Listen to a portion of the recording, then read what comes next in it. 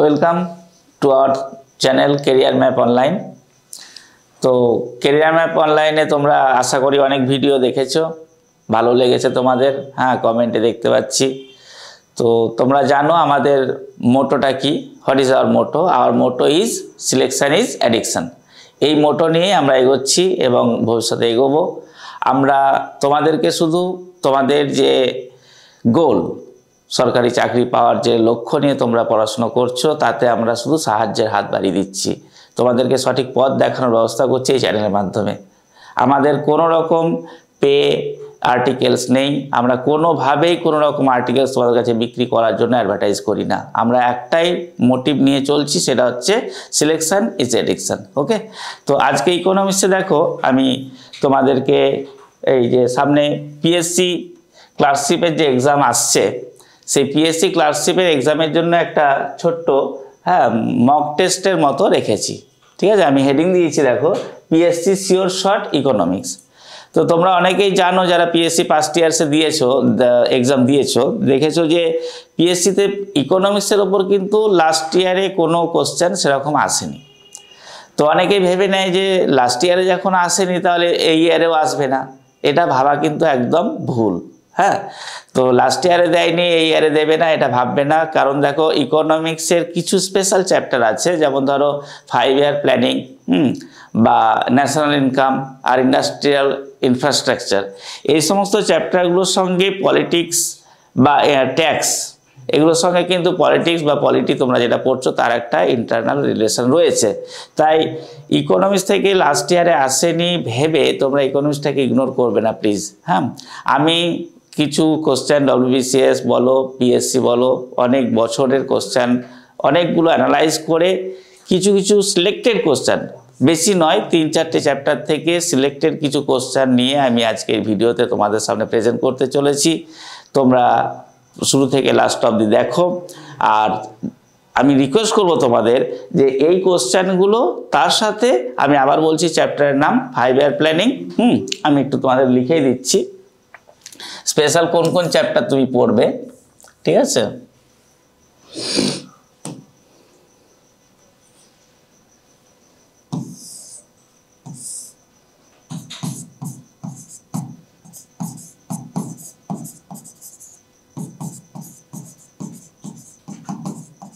Five year planning এই চ্যাপ্টারটা, আর মানি and banking. ওকে, 3 হচ্ছে ন্যাশনাল ইনকাম, এনআই লিখলাম, বুঝে নিও। আর 4 নাম্বার হচ্ছে ইন্ডাস্ট্রিয়াল ইনফ্রাস্ট্রাকচার। ওকে, এই 4টে চ্যাপ্টার তোমরা অবশ্যই একটু বাড়িতে স্টাডি করবে যারা পিএসসি ক্লার্কশিপ এক্সামের জন্য বসতে চলেছো। আর আমার আজকের বেশি কোশ্চেন নেই, 20 কোশ্চেন নিয়ে তোমাদের সঙ্গে একটু আলোচনা করব। ওকে, দেখো ফার্স্ট কোশ্চেন আমি কি রেখেছি তোমাদের, which of the following increases continuously with increase in production. অর্থাৎ প্রোডাকশান বাড়ার সাথে সাথে কন্টিনিউয়াসলি বাড়তে থাকে নিচের কোন অপশানটা? হ্যাঁ, এখানে আরেকটা কোশ্চেন আমি বলে দিই, বেসিক অফ ইকোনমিক্স, এটা কিন্তু বাদ দেওয়া যাবেই না। সবার আগে ফার্স্ট চ্যাপ্টার যেটা, হ্যাঁ, বেসিক অফ ইকো, এটা কিন্তু পড়বে। এই বেসিক অফ ইকোনমিক্স থেকে ফার্স্ট কোশ্চেনটা আছে, আর আমি ওখানে চ্যাপ্টারটা লিখতে ভুলে গেছিলাম, সরি এক্সট্রিমলি। তোমাদের এই 5টা চ্যাপ্টার বাড়িতে অবশ্যই পড়বে। আর আজকে আমার এই ভিডিওটা একটু ফলো করো। কি বললাম, প্রোডাকশন বাড়ার সাথে সাথে এই অপশানগুলোর মধ্যে কোনটা কন্টিনিউয়াসলি ইনক্রিজ করবে? Option A variable cost, option B fixed cost, option C average cost, আর অপশান ডি মার্জিনাল কস্ট। তো তোমাদের অ্যান্সার কী হবে সেটা যাওয়ার আগে তোমাদেরকে একটু আমি বোঝানোর চেষ্টা করব ভেরিয়েবল কস্ট আর ফিক্সড কস্ট এই দুটোর মানে কি। দেখো, the cost which is proportionately increases with the increase of production. অর্থাৎ 1 ইউনিট প্রোডাকশান করতে যদি কোনো একটা ম্যাটেরিয়াল বা লেবারের জন্য 10 রুপিস এক্সপেন্স হয়, 2 ইউনিট তৈরি করতে তার খরচ হবে 20 রুপিস, 3 ইউনিট করতে কত খরচ হবে 30 রুপিস। অর্থাৎ প্রোডাকশানের সাথে যে কস্টটা প্রপোর্শনেটলি বাড়তে থাকে সেই কস্টটাকে বলা হয় ভেরিয়েবল কস্ট। আর ভেরিয়েবল কস্ট এই জন্যই নাম দেওয়া হয়েছে যে এটা ভ্যারি করে, সবসময় চেঞ্জেবল। সেকেন্ড কি আছে fixed cost, the cost which is stationary in all level of production. যে কস্টটা প্রোডাকশনের সমস্ত লেভেলের জন্য কনস্ট্যান্ট থাকে, স্থির থাকে, সেই কস্টটাকে বলা হয় ফিক্সড কস্ট। তাহলে কোশ্চেনে বুঝতেই পারছো যে ফিক্সড কস্ট কোনোভাবেই ইনক্রিজ করবে না প্রোডাকশন ইনক্রিজ করার সাথে সাথে, তো ফিক্সড কস্টটা প্রথমে আমাদের আউট হয়ে গেল। হ্যাঁ, ফিক্সড কস্টের এক্সাম্পলটা আমি কিছু দেব। সাপোজ ফ্যাক্টরি রেন্ট, যে যদি যে ফ্যাক্টরিতে তুমি প্রোডাকশন করা হচ্ছে সেই ফ্যাক্টরিটা যদি রেন্টে নেওয়া হয় তাহলে রেন্ট তো মান্থলি পে করতে হবে। এখন প্রোডাকশান যদি তুমি 0 ইউনিট করো তাহলেও মান্থলি রেন্ট সাপোজ 10,000 রুপিস, এটাও তোমাকে পে করতে হচ্ছে। যদি মাসে তুমি 10,000 ইউনিট প্রোডাকশান করো তাহলে তোমাকে 10,000 টাকা রেন্ট পে করতে হচ্ছে। তুমি যদি মাসে আরও প্রোডাকশান ইনক্রিজ করো তাহলেও কিন্তু রেন্ট তোমাকে 10,000 টাকায় পে করতে হচ্ছে।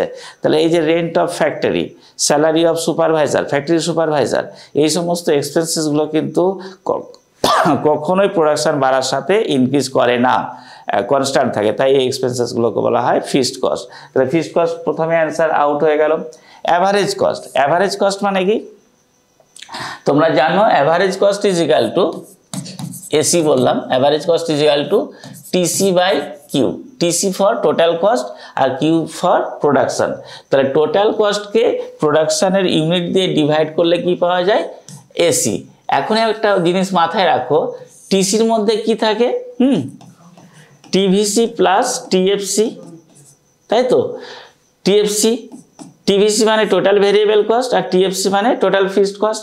তাহলে একটু আগেই বললাম যে কস্টটা অল লেভেলে, প্রোডাকশানের অল লেভেলে কনস্ট্যান্ট বা স্থির থাকে সেই লেভেলটাকে কি বলা হয় ফিক্সড কস্ট। তাহলে টিএফসি প্রোডাকশান লেভেল চেঞ্জ হওয়ার সাথে সাথে কিন্তু চেঞ্জ হচ্ছে না, তাহলে টিএফসি যখন কনস্ট্যান্ট তাহলে এসি কি করে এই কোশ্চেনটার অ্যান্সার হতে পারে। তো অ্যাভারেজ কস্টটাও অ্যান্সার নয়, বিকজ অ্যাভারেজ কস্টের মধ্যে ফিক্সড কস্ট ইনক্লুডেড রয়েছে, রাইট। নেক্সট হচ্ছে মার্জিনাল কস্ট। মার্জিনাল কস্ট মানে কি, the cost which is incurred for extra 1 unit production is known as marginal cost. অতিরিক্ত 1 একক তৈরি করার জন্য অতিরিক্ত যে ব্যয়টা হয়, এখানে আই রিপিট, অতিরিক্ত 1 একক তৈরি করার জন্য যে অতিরিক্ত ব্যয়টা হয় তাকে মার্জিনাল কস্ট বলা হয়। আমরা মার্জিনাল কস্ট কার্ভ বা এমসি কার্ভ থেকে বলো বা মার্জিনাল কস্টের যে ফিচার্সগুলো রয়েছে, বৈশিষ্ট্য আছে, সেখান থেকে দেখতে পেয়েছি যে প্রোডাকশান ইনক্রিজের ইনিশিয়াল স্টেজে এমসি কিন্তু বাড়তে থাকে, আফটার সার্টেন টাইম এটা কনস্ট্যান্ট হয়ে যায়, তারপরে কিন্তু আবার কমতে থাকে। প্রথমে বাড়ে, তারপরে কনস্ট্যান্ট হয়, তারপরে কমতে থাকে। তাহলে এমসিও আউট হয়ে গেল। তাহলে অ্যান্সারটা কোনটা পড়ে রইল, অ্যান্সার ইজ ভেরিয়েবল কস্ট। মনে রাখতে পারবে, আশা করি বুঝেছো। এই হচ্ছে তোমাদের নাম্বার 1 এর অ্যান্সার। নাম্বার 2 কোশ্চেনটা বোঝো, which of the following is not a method of estimating the national income of a country.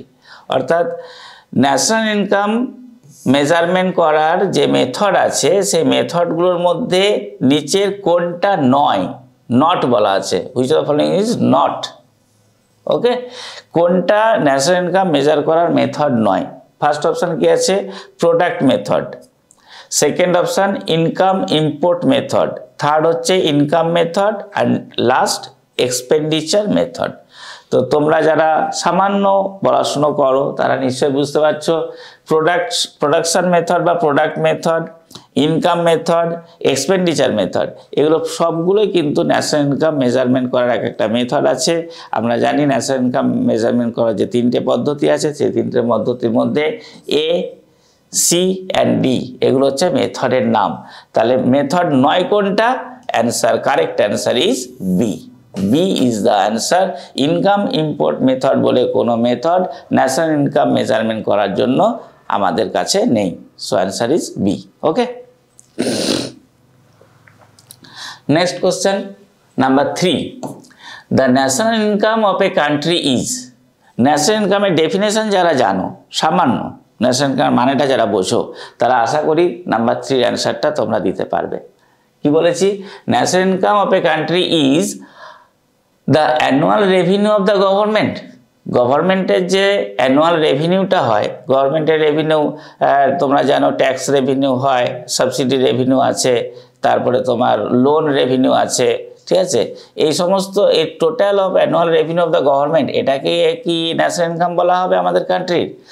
B surplus of public sector, public sector মানে হচ্ছে গভর্নমেন্ট আন্ডারটেকিং যে কোম্পানিগুলো, এই সমস্ত কোম্পানিগুলোর যে সারপ্লাস, সারপ্লাস মিনস প্রফিট, সে প্রফিটের পরিমাণটা কি ন্যাশনাল ইনকাম বলা হবে, নাকি see some total of factor incomes, আমাদের যে ফ্যাক্টরস আছে সেই ফ্যাক্টরস ইনকামগুলোর টোটালটাকে কি ন্যাশনাল ইনকাম বলা হবে, একই এক্সপোর্ট মাইনাস ইম্পোর্ট, আমরা যা আমাদের কান্ট্রি থেকে যা এক্সপোর্ট করা হচ্ছে এক্সপোর্টের যে ভ্যালু মাইনাস ইম্পোর্টের ভ্যালুটা মাইনাস দিলে যেটা পাওয়া যাবে সেটাকে কি ন্যাশনাল ইনকাম বলা হবে, কোনটা তোমরা মনে রাখবে, correct answer is C. So sum total of factor income is the national income of a country. Number 4, the largest source of India's gross domestic product is, আমাদের যে GDP, gross domestic product GDP, GDP যে বিভিন্ন জায়গা থেকে আমরা earning করছি, আমাদের country earning করছে, এর মধ্যে সবচেয়ে লার্জেস্ট সোর্স কোনটা, কোন সোর্স মানে উৎস, সোর্স বা কোন উৎস থেকে আমাদের ইন্ডিয়ার জিডিপি সবচেয়ে বেশি রেভিনিউ আর্ন করে থাকে। কি কি অপশন আছে, এগ্রিকালচার সেক্টর, এগ্রিকালচার সেক্টর থেকে কি সবচেয়ে বেশি রেভিনিউ আর্ন করছে জিডিপির জন্য, ইয়া ফরেন ট্রেড থেকে, নাকি ম্যানুফ্যাকচারিং অ্যান্ড কনস্ট্রাকশনাল ইন্ডাস্ট্রি থেকে, ইয়া সার্ভিস সেক্টর থেকে। অবশ্যই তোমরা যারা পড়াশোনা করে পারবে, তোমরা এটা মাথায় রাখবে, service sector is the maximum contributor in GDP calculation. আমাদের অ্যাট প্রেজেন্ট বর্তমানে 2023 সালে এখানে 53 পয়েন্ট সামথিং, আমার ঠিক মনে নেই, 53 প্লাস লিখে দিলাম, এত % কন্ট্রিবিউশন করেছে সার্ভিস সেক্টর আমাদের ইন্ডিয়ার জিডিপিতে। তাই এই সার্ভিস সেক্টর থেকে আর ইন্ডিয়ার জিডিপির কন্ট্রিবিউশনের উপর আমি একটা কোশ্চেন থেকে দেখো 3 রকমের কোশ্চেন কি করে আসতে পারে আমি তোমাদের বোঝাচ্ছি। এখানে একটা কোশ্চেন তো দেখলে কিভাবে দিল যে জিডিপির ম্যাক্সিমাম কন্ট্রিবিউশন কোথা থেকে পাওয়া যায়, অ্যান্সার ইজ সার্ভিস সেক্টর। কোশ্চেনটা ঘুরিয়ে এরকম দিতে পারে যে from service sector India's GDP gets which of the following percentage, নিচে এবার তোমাকে দিয়ে দেবে একটা 48%, একটা 55%, আমি লিখে দিই, মনে করো 48% একটা অপশান দিল, 55% একটা অপশান দিল, 60% একটা অপশান দিল, আর একটা 62% অপশান দিল, দিয়ে বলল যে সার্ভিস সেক্টর থেকে ইন্ডিয়ার জিডিপি কোন পার্সেন্টটা অ্যাচিভ করে থাকে। এবার বলো তো আমি কি লিখলাম, 53 প্লাস অপশানে আছে, কোথাও 53+% আছে। ঠিক এইভাবে কনফিউজ কোশ্চেন করবে, এখানে তোমাদের কারেক্ট অ্যান্সার চুজ করে আসতে হবে 55। অর্থাৎ সার্ভিস সেক্টর থেকে ইন্ডিয়ার জিডিপিতে কত % কন্ট্রিবিউশন করছে এটা অল টাইম ভ্যারি করে, আর এটা আমরা দেখেছি লাস্ট ফিউ মান্থস বা ফিউ ইয়ার থেকে ক্যালকুলেশন করে 53 to 58, 56 এই পার্সেন্টেজের মধ্যেই কিন্তু এটা ভ্যারি করে। তাই তোমরা যদি কোশ্চেনের অপশানে দেখো যে 54 থেকে 56 এর মধ্যে কোন অপশানটা আছে, এর মধ্যে যে অপশানটা থাকবে সেটাই তোমরা কারেক্ট অ্যান্সার করে আসবে। কখনোই ভাববে না যে স্যার 53% বলেছে বলে 53 অপশান নেই আমি করবো না, এটা ভাববে না। হ্যাঁ, আর আরেকটা কথা তোমাদের বলবো, এই ধরনের কোশ্চেনে কখনোই অপশানে নান অফ দ্য অ্যাবাভ এরকম থাকবে না, বিকজ পার্সেন্টেজটা অল টাইম ভ্যারি করে।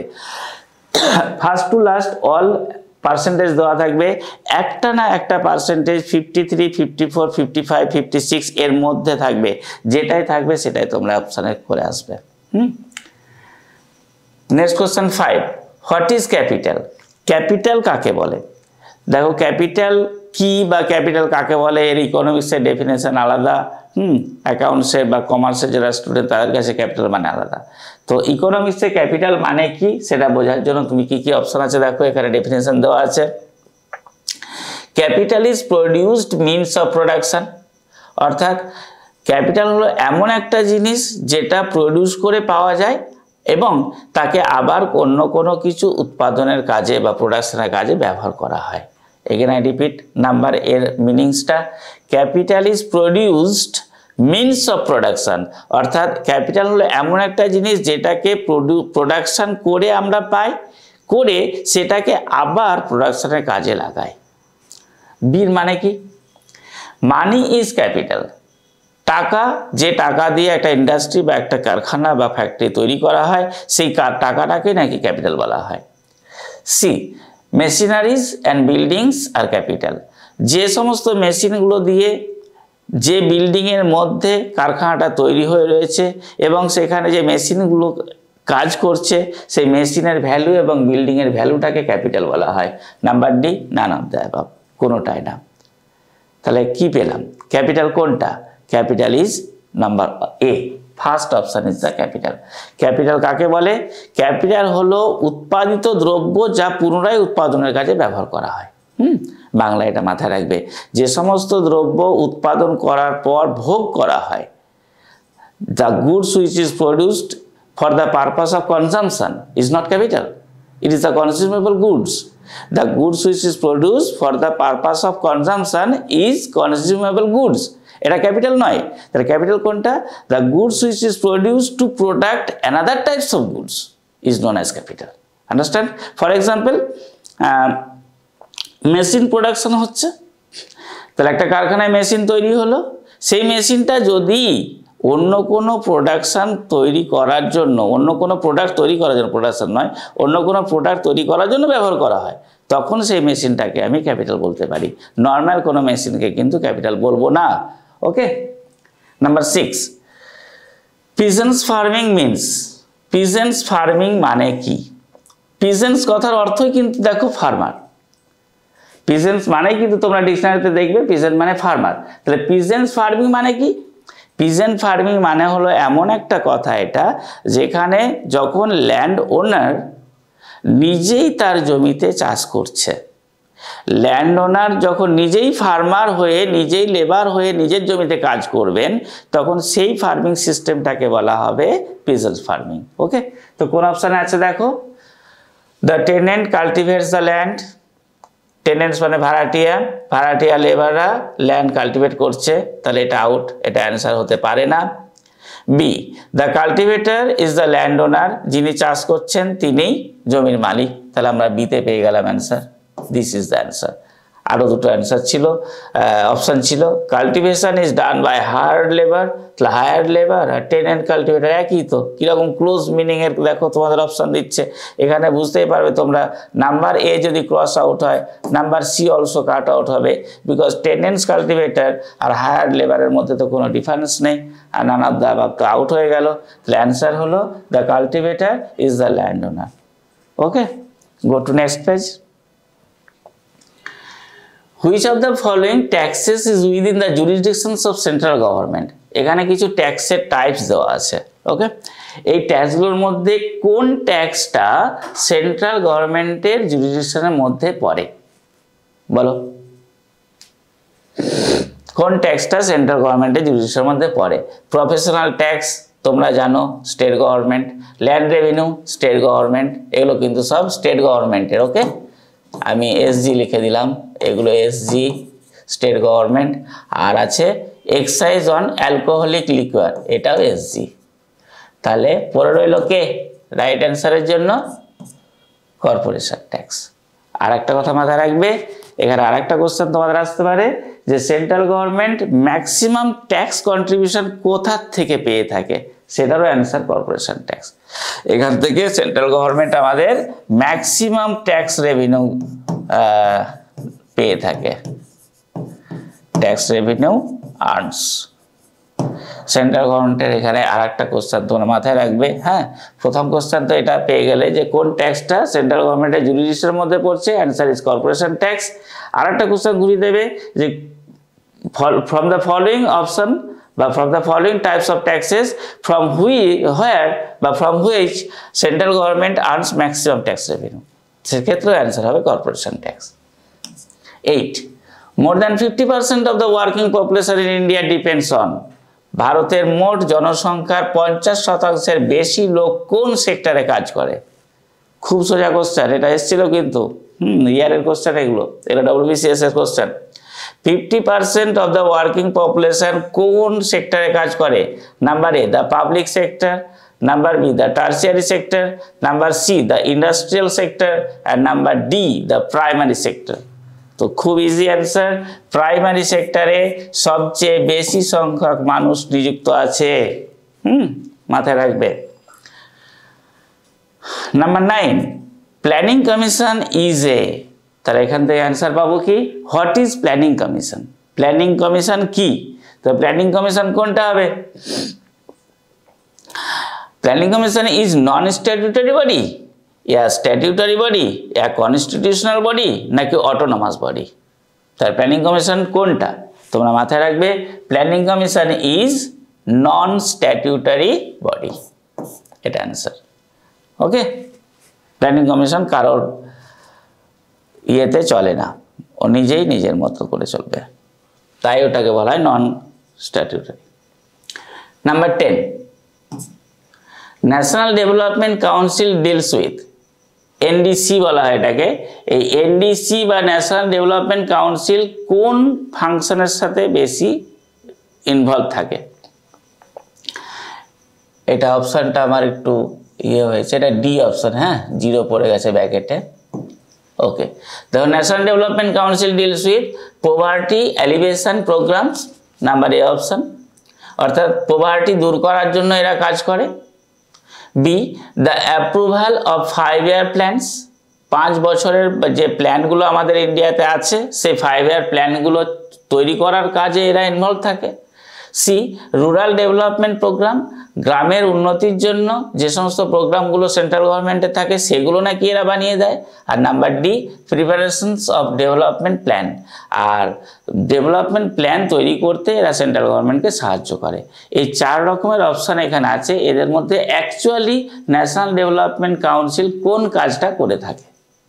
ওকে, অ্যান্সার করবে তোমরা B the approval of 5-year plans. National development council যে কাজটা করে থাকে সেটা হলো 5-year প্ল্যানটা কি হবে, কিভাবে কাজ করবে সেটা অ্যাপ্রুভ করে দেওয়ার দায়িত্বে থাকে এরা। বাকিগুলো কিন্তু কোনোটাই এনডিসির সঙ্গে কোনো রকমভাবে লিঙ্ক নেই। Number 11, which 5-year plan was suspended 1 year before it's time schedule? অর্থাৎ আমরা জানি 5-year প্ল্যান নামের মধ্যে আছে, পঞ্চবার্ষিক পরিকল্পনা, অর্থাৎ একটা প্ল্যান চালু হলে পরে সেটা 5 বছর ধরে চলবে। হ্যাঁ, কিন্তু এমন একটা প্ল্যান ইন্ডিয়াতে এসেছিল 5th year প্ল্যান, যেটা তার নির্দিষ্ট যে শিডিউল টাইম সেটা শেষ হওয়ার 1 বছর আগেই প্ল্যানটাকে বন্ধ হয়ে যেতে হয়েছিল। কোন প্ল্যান সেটা তোমাকে বলতে হবে। 3rd plan, 4th plan, 5th plan, 6th plan, এখানে 3, 4, 5, 6 এতগুলো প্ল্যান আছে। এগুলোর মধ্যে কোন প্ল্যানটা নিজের শিডিউলের 1 বছর আগেই তার কাজ শেষ হয়ে গেছিল? অ্যান্সার কি করবে বলো? অ্যান্সার করবে তোমরা সি, 5th প্ল্যান যেটা চালু হয়েছিল সেই 5th প্ল্যানটা নির্দিষ্ট সময়ের 1 বছর আগেই তার কাজ শেষ হয়ে গেছিল। 12, national rural employment guarantee scheme gives right two employment for. National rural employment guarantee scheme এটা একটা সেন্ট্রাল গভর্নমেন্টের স্কিম। এটা গ্রামের মানুষদের একটা শিওর কাজের জন্য চালু করা হয়েছিল, যে মিনিমাম এত ডেজ বা এত মান্থের জন্য ওরা অবশ্যই যেন ওয়ার্ক পেয়ে থাকে, অর্থাৎ কাজ করবে এবং টাকা পাবে। সেটা কতদিন? তোমরা অ্যান্সার দেখো কি কি আছে। 70 ডেজের জন্য, 200 ডেজ এ ইয়ারের জন্য, 110 ডেজ আ ইয়ারের জন্য, নাকি 100 ডেজ এ ইয়ারের জন্য? তোমরা এটা নিউজে এখন অনেকবার শুনতে হবে, 100 দিনের কাজ, 100 দিনের কাজ, টাকা পাচ্ছি না, কেন্দ্র টাকা দিচ্ছে না, বারবার আমাদের স্টেট থেকে চিৎকার চেঁচামেচি করছে। তাই এটা কিন্তু তোমরা মনে রাখবে, 100 ডেজের জন্য national rural employment guarantee scheme থেকে গ্রামের মানুষদের একটা ইনকামের ব্যবস্থা করা হয়েছে সেন্ট্রাল গভর্নমেন্টের থেকে। তাই 100 দিন হচ্ছে আমাদের answer. Okay, number 7, heavy industrialization was introduced in India in the কোন 5 ইয়ার প্ল্যান, অর্থাৎ হেভি ইন্ডাস্ট্রিয়ালাইজেশন আমাদের এখানে কিছু 5 ইয়ার প্ল্যানের অপশান দেওয়া আছে। কোন 5 ইয়ার প্ল্যানটাতে সবচেয়ে বেশি ইন্ডাস্ট্রিয়ালাইজেশনের ওপরে জোর দেওয়া হয়েছিল? আবার বলছি কোশ্চেনটা, হেভি ইন্ডাস্ট্রিয়ালাইজেশনের উপরে জোর দেওয়া হয়েছিল ইন্ডিয়াতে কোন 5 ইয়ার প্ল্যানে? দেখো অপশানে কি কি আছে, সেকেন্ড 5 ইয়ার প্ল্যান, ইয়া ফার্স্ট 5 ইয়ার প্ল্যান, নাকি থার্ড, নাকি ফোর্থ? কোন 5 ইয়ার প্ল্যানে ইন্ডাস্ট্রির ওপরে সবচেয়ে বেশি জোর দেওয়া হয়েছে? তোমরা অ্যান্সার মুখস্থ রাখবে, এগুলো তো বোঝানোর নেই, এগুলো 5 ইয়ার প্ল্যানে যে মেন ফিচার্সগুলো থাকে সেগুলো একটু দেখবে, ওখানে বলা থাকবে। হ্যাঁ, second 5 year plan is the answer. Second 5 ইয়ার প্ল্যানে আমরা দেখেছি ইন্ডিয়াতে ইন্ডাস্ট্রিয়ালাইজেশন বা ইন্ডাস্ট্রির ওপরে বেশি জোর দেওয়া হয়েছিল। Number 14, India took annual plans from, কোন ইয়ার থেকে ইন্ডিয়া অ্যানুয়াল প্ল্যানস এই নতুন একটা প্রোগ্রাম হাতে নিয়েছিল? এটা কিন্তু খুব ইম্পর্টেন্ট কোশ্চেন, কারণ অ্যানুয়াল প্ল্যান আমাদের থাকেই না, ছিলই না। কারণ আমরা দেখেছি 5 year plan 5 year plan 5 year plan এইভাবেই কাজ করেছে। তারপরে 2017 থেকে নতুন একটা এসছে নীতি আয়োগটা এসে গেছে 5 ইয়ার প্ল্যানের জায়গায়। কিন্তু একবার আমরা দেখেছিলাম অ্যানুয়াল প্ল্যান সেন্ট্রাল গভর্নমেন্ট হাতে নিয়েছিল, সেটা কোন ইয়ারে? তোমরা মনে রাখবে, এটা হচ্ছে অপশান আছে 1969 থেকে 70, 66 থেকে 69, 68 to 70, yeah naan of the above. Answer করবে তোমরা 66 to 69, এটা হচ্ছে অ্যান্সার। 66 থেকে 69 এই পিরিয়ডে সেন্ট্রাল গভর্নমেন্ট বারবার অ্যানুয়াল প্ল্যানস হাতে নিয়েছিল, প্রত্যেক বছরের জন্য একটা করে annual plan. Next, the name of Prasanta Chandra Mahalanobis is associated with, এটা খুবই একদম কমন কোশ্চেন, তোমরা যারা একটু পড়াশোনা করো তাদের জন্য। প্রশান্ত চন্দ্র মাহালনোবিসের নাম নিচের কোনগুলোর সাথে রিলেটেড? তোমরা অবশ্যই জানো যে উনি একজন বিখ্যাত ইকোনমিস্ট ছিলেন, ওনার 5 ইয়ার প্ল্যানের সঙ্গে উনি রিলেটেড, কিন্তু কোন 5 ইয়ার প্ল্যানের সাথে ওনার নামটা জড়িত আছে? অ্যান্সার ইজ সি, সেকেন্ড 5 ইয়ার প্ল্যানের সঙ্গে প্রশান্ত চন্দ্র ইনভলভড আছেন, উনি এটা বানিয়েছিলেন specially. 16, IREDA full form? Indian renewable energy development agency. আমি এটা তোমাদের বোঝানোর জন্য ফুল ফর্মটা ব্যাকেটে নিয়েছি, বাট কোশ্চেনে কিন্তু ফুল ফর্মটা দেওয়া থাকবে না। IREDA ইজ অ্যাসোসিয়েটেড উইথ, এইভাবেই কোশ্চেনটা দেবে। ফুল ফর্ম দেবে না কেন? কারণ ফুল ফর্মটা দিলে এর নামের মধ্যেই অ্যান্সারটা ঢুকে রয়েছে, because IRDA is associated with renewable energy development agency, অর্থাৎ যে এনার্জিটা আমরা রিনিউ করতে পারি, রিইউজ করতে পারি, রিসাইকেল করতে পারি, রিনিউয়েবল এনার্জি যেগুলো আছে, ফর এক্সাম্পল তোমার ওয়াটার এনার্জি বলো, উইন্ড এনার্জি বলো, এই সমস্ত সোলার এনার্জি বলো, এগুলোকে রিনিউয়েবল এনার্জি বলা হয়। এই সমস্ত রিনিউয়েবল এনার্জি ডেভেলপমেন্ট এজেন্সি কোন কাজগুলোর সঙ্গে ইনভলভড আছে? তো অপশানগুলোর মধ্যে দেখো রিনিউয়েবল এনার্জি কোথায় লেখা আছে? A, refund of deposited assets, deposited অ্যাসেটগুলো নাকি রিফান্ড দেওয়ার কাজ করে, নেভার। রিকনস্ট্রাকশনস অফ ড্যামস, নতুন নতুন ড্যাম তৈরি করার কাজ নাকি এরা করে IRDA, no, never. Development of rural employment, গ্রামের এমপ্লয়মেন্টের ব্যবস্থা করে দেয়, এটাও না। Answer is D, development of renewable energy, ওর নামের মধ্যেই অ্যান্সার ঢুকে আছে। তাই তোমরা ফুল ফর্মটা মনে রাখতে পারলেই ডিলস উইথটা বা অ্যাসোসিয়েটেড উইথটা অটোমেটিক অ্যান্সার করে আসতে পারবে। 17, ইন দ্য 1990s, 1990 সালে কি হয়েছিল? Number A, growth rate of the tertiary sector was highest, tertiary সেক্টরের গ্রোথ রেট সবচেয়ে বেশি হয়েছিল। Number B, growth rate of primary sector was highest. Number C, growth rate of secondary sector was highest. Yeah, all of the above. তাহলে answer আছে সবই, দেখো highest লেখা আছে, শুধু সেক্টরগুলো আলাদা। প্রথমে টার্সিয়ারি সেক্টর, তারপরে প্রাইমারি সেক্টর, তারপরে secondary sector, all of the অ্যাবাভটা বাদ দাও। তাহলে 17-এর কোশ্চেনের যে ইয়েটা আছে, 1990 সালে কোনটা সবচেয়ে বেশি হয়েছিল? Answer is growth rate of tertiary sector. Eta growth rate of tertiary sector was highest in 1990s. Okay. 18. India's industrial recession in the 90s started in the year what? কোন বছরে ইন্ডিয়ার ইন্ডাস্ট্রিয়াল রিসেশন স্টার্ট হয়েছিল? 1990 থেকে 2000 সালের মধ্যে কোন একটা বছরকে 90s বলা হয়। এই 90s এর মধ্যে কোন বছরে ইন্ডাস্ট্রিয়াল রিসেশন স্টার্ট হয়েছিল বলো। অপশন ফার্স্ট বলছে 96-97 সালে, নাকি 98-99 সালে, নাকি 94-95, নাকি 95-96। কোন সালে সবচেয়ে বেশি ইন্ডিয়ার রিসেশন শুরু হয়েছিল?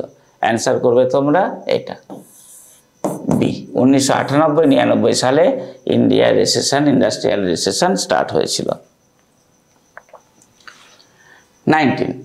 Globalization of Indian economy means. ইন্ডিয়ার ইকোনমির গ্লোবালাইজেশন বলতে কোনটাকে বোঝায়? এখানে যে অপশনগুলো আছে এগুলোর মধ্যে কোনটা ইন্ডিয়ার ইকোনমির গ্লোবালাইজেশনের মধ্যে পড়ে? First option establishing business unit abroad, বিদেশে নতুন নতুন ইন্ডাস্ট্রি তৈরি করার কাজ করলে সেটাকে গ্লোবালাইজেশন বলা হচ্ছে। অপশন বি এক্সপোর্ট প্রমোশন, এক্সপোর্টের পরিমাণটাকে বাড়ানোর চেষ্টা করা হয় সেটাকে নাকি গ্লোবালাইজেশন বলা হয়। Number C putting minimum restrictions on trade relation with other countries, অন্য দেশের সঙ্গে বিজনেস করতে গেলে রেস্ট্রিকশনটা, যে ট্রেড রেস্ট্রিকশন ছিল সেটা কমানোর চেষ্টা করা হবে, সেটাকে নাকি গ্লোবালাইজেশন বলা হয়। আর নাম্বার ডি ইম্পোর্ট লিবারালাইজেশন, অর্থাৎ ইম্পোর্টের ওপর রেস্ট্রিকশন নিয়ে আসতে হবে। তাহলে কোন জিনিসটাকে গ্লোবালাইজেশন ইন ইন্ডিয়ান ইকোনমি বলা হবে? তোমরা অ্যান্সার করবে রেস্ট্রিকশনের ওপর যে অপশনটা ছিল, দ্যাট ইজ নাম্বার সি।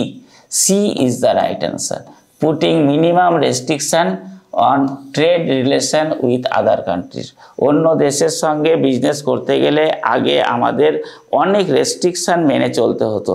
প্রচুর লাল ফিতের যে বাঁধ বলা হয় বাংলা ভাষায়, রেড ট্র্যাপিজম ইংলিশে একটা ভাষা আছে, এই রেড ট্র্যাপিজমে পড়ে গিয়ে না বিজনেসম্যানরা এক্সপোর্ট করতেই চাইতো না। ধুর এত ঝামেলা করে কে বিদেশে বিজনেস করতে যাবে, দরকার নেই।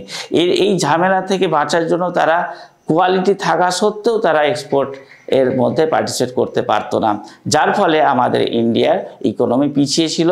গ্লোবালাইজেশনও আমরা অনেক পরে আসতে পেরেছি। পরবর্তীকালে সেন্ট্রাল গভর্নমেন্ট যখন দেখলো যে এই সমস্ত রেস্ট্রিকশনগুলো ফালতু রাখা হয়েছে, এগুলোর জন্য আমাদের এক্সপোর্ট খুব কমে যাচ্ছে, তখন সেই রেস্ট্রিকশনগুলো কমানো হলো। জবের থেকে রেস্ট্রিকশন রিমুভ করা শুরু হলো, গ্লোবালাইজেশন আস্তে আস্তে দেখা দিতে শুরু করলো। তাই তোমরা মনে রাখবে putting minimum restrictions on trade relation with other countries, এটা হওয়ার পরে গ্লোবালাইজেশন ইন্ডিয়ান ইকোনমিতে এসেছে। লাস্ট কোশ্চেন আজকের জন্য তোমাদের, 20, which of the following factor is most important for future industrial development of India? ফিউচারে ইন্ডাস্ট্রি ডেভেলপমেন্ট করতে গেলে নিচের কোন ফ্যাক্টরের উপর সবচেয়ে বেশি জোর দেওয়া উচিত বলে মনে করো? সেন্ট্রাল গভর্নমেন্টের কোন ফ্যাক্টরের উপরে সবচেয়ে বেশি জোর দিতে হবে যদি ফিউচারে গভর্নমেন্ট মনে করে আমি ইন্ডাস্ট্রির উপরে জোর দেব?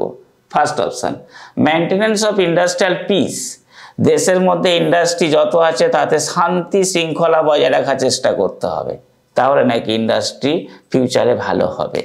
সেকেন্ড অপশন হিউজ ইনভেস্টমেন্ট, প্রচুর ইনভেস্টমেন্টের অপরচুনিটি তৈরি করতে হবে গভর্নমেন্টকে, তাহলে কি ইন্ডাস্ট্রিয়ালাইজেশন আসবে। Number C tax rates reduce, গভর্নমেন্টকে ইন্ডাস্ট্রির উপর যে ট্যাক্সগুলো নেয় সেই ট্যাক্স রেটটাকে কমাতে হবে, তাহলে কি ইন্ডাস্ট্রিয়ালাইজেশন হবে। নাকি number D creation of adequate infrastructural facilities, নাকি ইনফ্রাস্ট্রাকচারাল ফ্যাসিলিটিটাকে আরও ভালো আরও অ্যাডিকুয়েট করতে হবে। কোন অপশানটা করলে পরে, কোন ফ্যাক্টরটা চুজ করলে ফিউচারে ইন্ডাস্ট্রিয়ালাইজেশনের ওপরে জোর হবে? তোমরা অ্যান্সার করবে লাস্টেরটা, last one is the correct answer, creation of adequate infrastructural facility. Okay, আশা করি তোমাদের আমি 20 কোশ্চেন ডিসকাস করলাম, অ্যান্সারগুলো বুঝেছো, তোমরা একটু প্র্যাকটিস করো। আবার আমি লাস্টে রিমাইন্ডার দিচ্ছি, পিএসসিতে লাস্ট ইয়ারে ইকোনমিক্সের কোনো কোশ্চেন আসেনি, তাই বলে তোমরা এটাকে ইগনোর করবে না প্লিজ। ইকোনমিক্সের আমি ফার্স্ট পেজে যে চ্যাপ্টারগুলোর নাম লিখে দিয়েছিলাম, সেই ফার্স্ট পেজের চ্যাপ্টারগুলো তোমরা একটু বাড়িতে পড়বে। Thank you. ভালো লাগলে অবশ্যই লাইক এবং কমেন্ট জানাবে।